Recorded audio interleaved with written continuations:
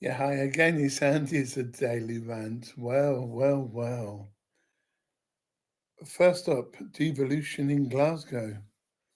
The devolution of Glasgow is a significant step forward, empowering the city to make more decisions locally and drive economic growth. Scottish Government's new legislation will enable the establishment of a legal entity for the Glasgow City Region, providing the foundation for a devolution deal and further funding and powers to allow for local decision making. This move will give the region increased flexibility and the ability to borrow and invest, aligning it with comparable regions in England and Europe. The new powers will be used to create jobs, build housing, improve public transport, with a focus on unlocking the Clyde Corridor's major development site. City leaders, including Susan Aitken, Glasgow City Council leader, are advocating for a devolution deal tailored to Glasgow's specific challenges and opportunities, ensuring that the city can leverage its resources effectively. Well, I think as a country, devolution Scotland um, is struggling personally because it's a bit like basically, yeah, running back to mummy and daddy, like mummy being Rachel Reeves at the moment and daddy being Sakir Starmer, running back to them when, your money runs out and, oh, we got it wrong or we ain't got enough money. Can you help us out? That's what this devolution would mean. Glasgow would be constantly running, I think, back to the Scottish Government. But hey ho, I'm just a commentator. Don't forget to like, share, and comment, and hit the bell notification, subscribe on YouTube, and if you want to email me, there's my email address.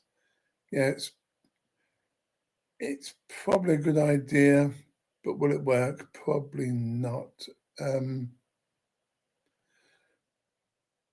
Now, back on the Scottish subject, on Glasgow in particular,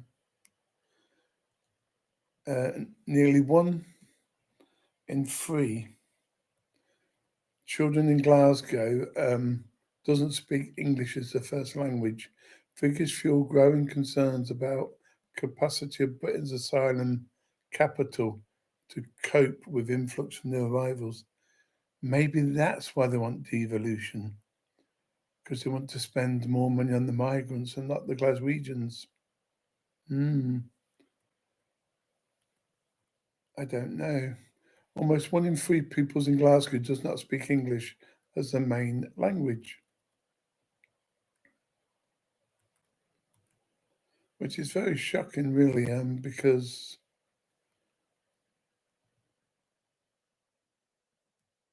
if you compare it to other languages in Scotland, um, basically Polish was the most commonly spoken language in Scotland after English, Scots, and Gaelic. 54,000 people, about 1.1% of Scottish population, said they spoke Polish at home. That's fair enough, a small number. The Polish has done nothing wrong. They've come to our country properly, legally. They've got their papers. They've not arrived on a small boat. So in Scotland, there's 54,000 at the last count. There's 27,000 speaking Chinese. Oh, that's a lot of takeaways. 23,000 Urdu, 23,000 Punjabi. So we've got a big, obviously, Asian population in Glasgow and Scotland. So Scotland, I mean. Um, and 14,000 French. I don't see many restaurants in Scotland that's French. Um, yeah. Well, what do you think to that then? Amazing, eh? What will happen? And of course, I'm just seeing what this was. Just got a little message from someone.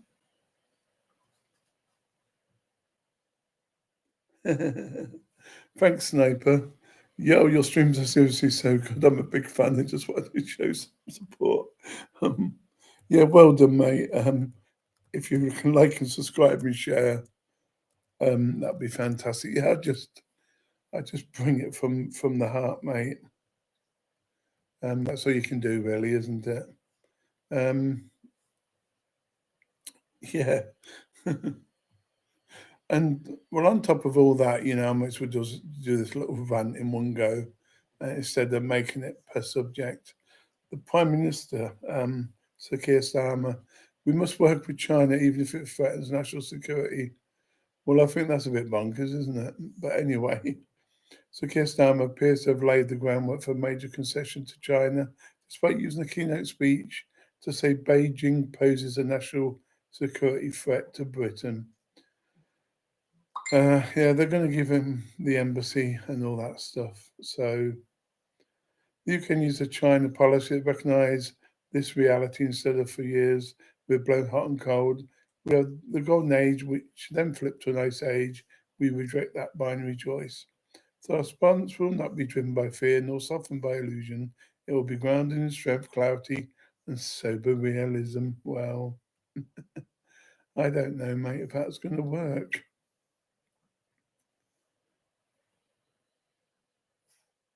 Yeah, so at the end of the day, you've just got to give these politicians a chance, I suppose.